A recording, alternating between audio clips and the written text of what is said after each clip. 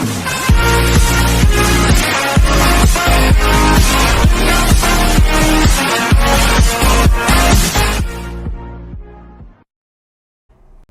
Mexicans, welcome back to this new video where today we're going to be looking at a scenario where the US goes anti-federalist. So, a little backstory. The US used to be, well, after the US declared independence from Britain, they had the Articles of Confederation, which was good for when they were in war. But nowadays it doesn't help them make decisions.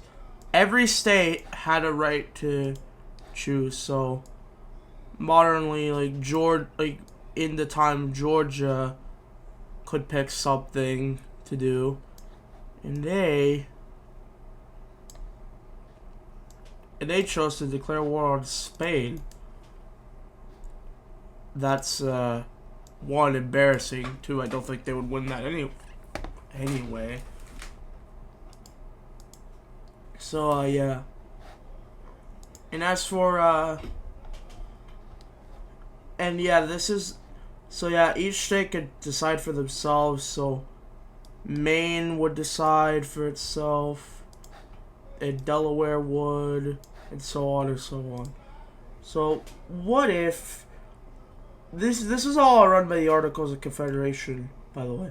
So what if the Declaration of Independence and the Constitution just weren't there, or they just abolished, and instead of having the Declaration of Independence, they had the Articles of Confederation back? Here's a big issue with that. There's literally unstableness in the country already, which basically means that if anyone wants to leave, it's free game. And so this is the collapse of the USA. Oh yeah, and by the way, this will be a multiple part series, so it's basically going to be like the What If the USA Collapsed series, except it's going to be different because, yeah. So Florida declares independence first, as they're the third most populated state, but they also have the craziness to do that. The next one to declare independence is Texas, who actually, before they do this, they get their state border here. It's trash, but go with it. It's going to be better on the other map anyway.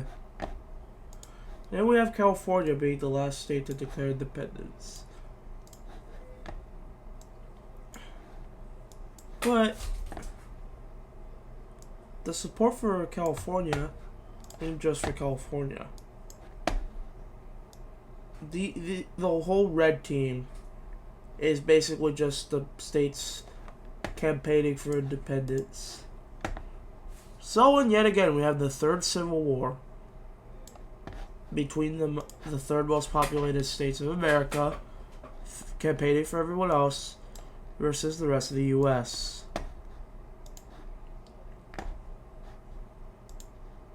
And even places like Michigan start to join this team.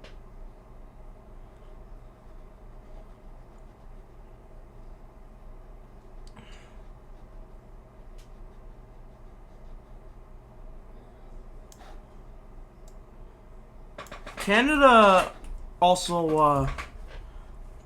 actually collapses due to the U.S. situation, as they're going to lose the war, and the Canadian people have lost faith in the American way. But instead of reforming, they've just collapsed. So, yeah.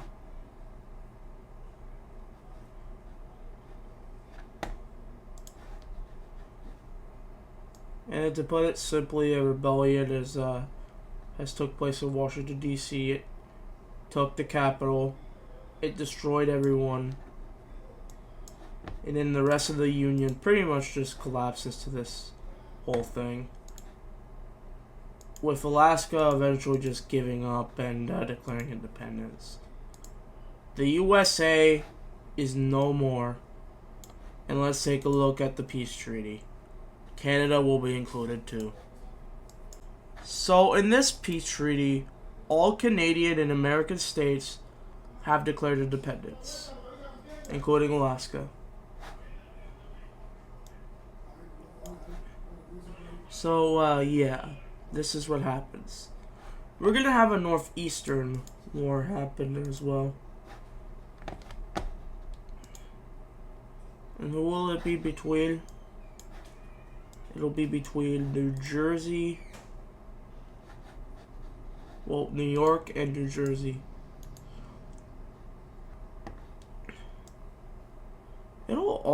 It's gonna primarily encompass the northeast region of the U.S., but it'll also seep down a bit into Canada, though. Not really, oh well. Yeah, it's gonna only comprise of the northeast so far. New England, and that simply supports New Jersey because they want to overthrow New York. Maine joins on the red team, and New Brunswick was the only Canadian state that actually joins this war. Joins on Maine's team too. They don't get any land from this though, so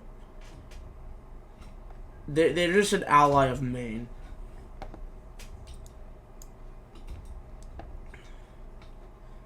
Well, this is happening. Michigan joins in, which forces Ohio to join in a different team. West Virginia and Virginia take the chance to fight each other here. Kentucky joins Virginia's side. Indiana joins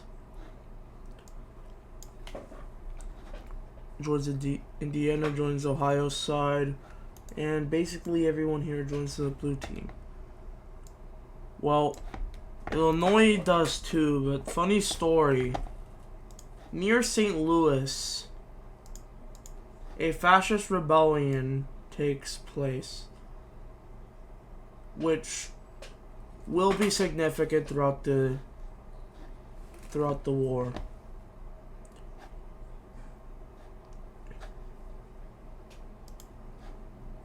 Fascist support rises up here. They don't declare independence yet, but they plan to. If it goes bad, which it will. But yeah, Pennsylvania joins this war.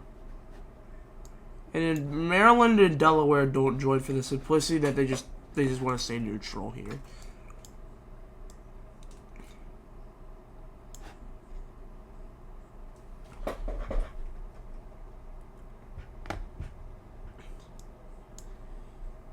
And now for the war itself. Oh yeah, before this war happened, Michigan wanted to purchase the Great Lake area of Minnesota. They do that, but in exchange, Minnesota will expand west to try to get a different coastline over here in the west coast. That can easily happen. Because North Dakota's weak, so is Montana and Idaho. And Washington is pretty weak too, so that'll easily happen. But anyway. Yeah, actually, they had active plans to invade those four anyway, so they're just gonna all get invaded here and there.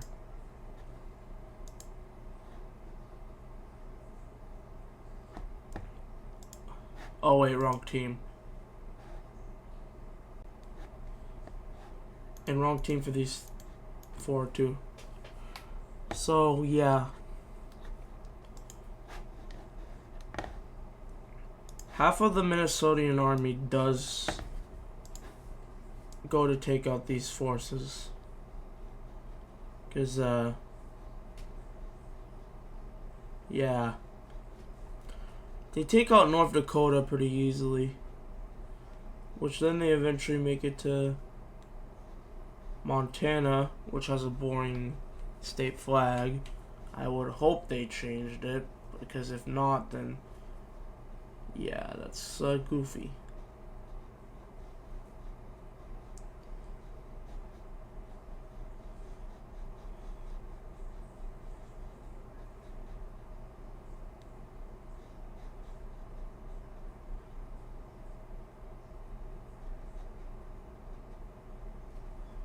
Yeah, anyway, Montana is almost dead. With it eventually being split into two, and the northern portion gets taken out first,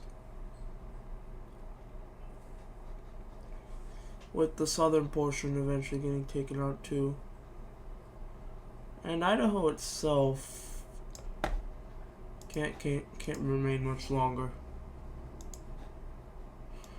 As for Washington, they're kind of dead when it comes to this. So, yeah, that's the farthest that Minnesota has gone. They get a coastline outside of their own territory, and well, yeah, that's where it goes. We'll take a look at their peace treaty separately, but now to this war.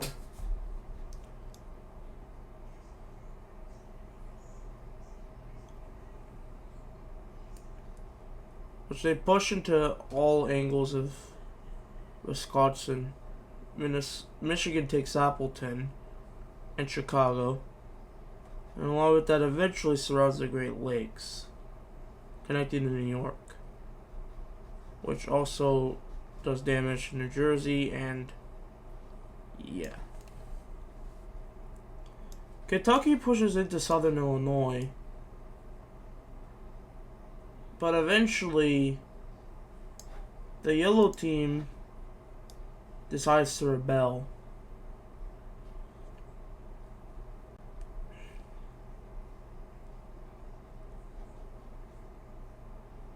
They will take all of Illinois, except for the Kentuckian bits, which, fun fact, are these. Also, Indiana is split into two.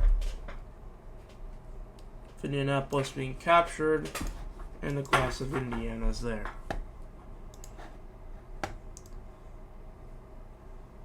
We also have the centralization of Ohio, and yeah, well, they're all dead here. And as for New England, it's not even close.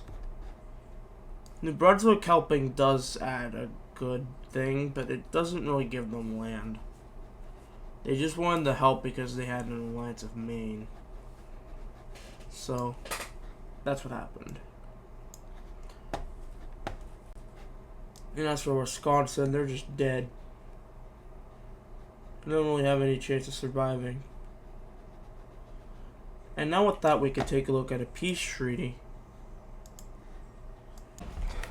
So, in this peace treaty, we have Kentucky, who has annexed... Whoops, wrong back. In this peace treaty, we have Kentucky, who has annexed southern Illinois, a good majority of Indiana, and a good majority of Ohio. And along with that, they get a connection to Michigan, which has annexed every single territory of the Great Lake. Well, besides these two, but a lot of it. Also, in this peace treaty, we have New England being no longer existing. It's just split between Maine and New York.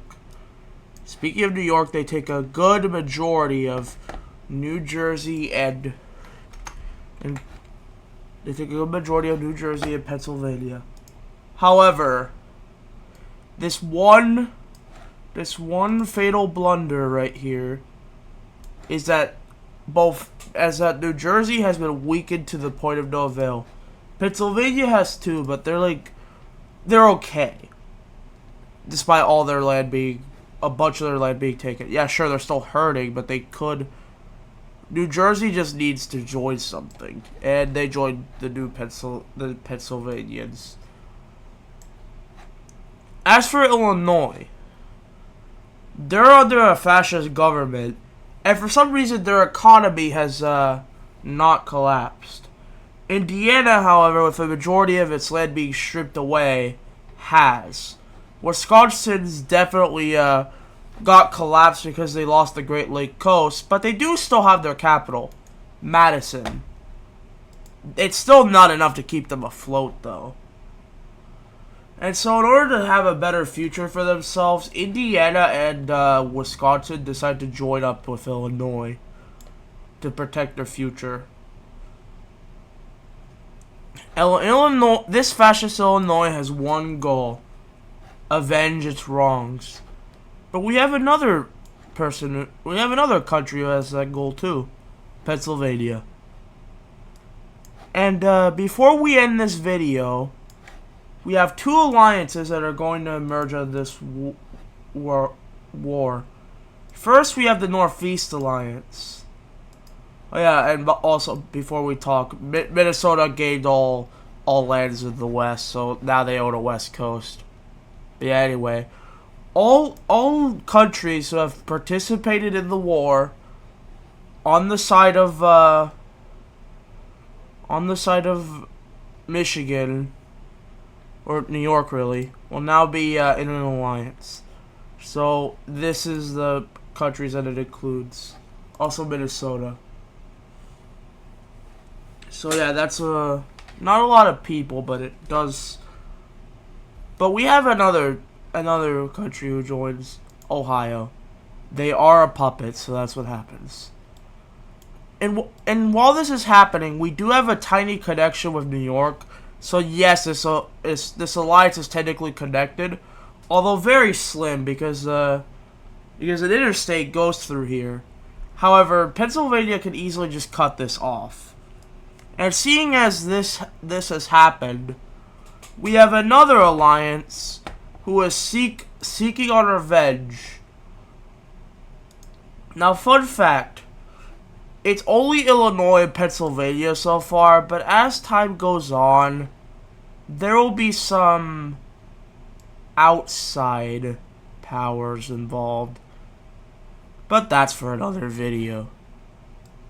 So yeah, that's the end of part 1 of this series. Don't forget to like and subscribe, and I'll see you guys in a new video. Oh yeah, P.S. Ohio is still weird.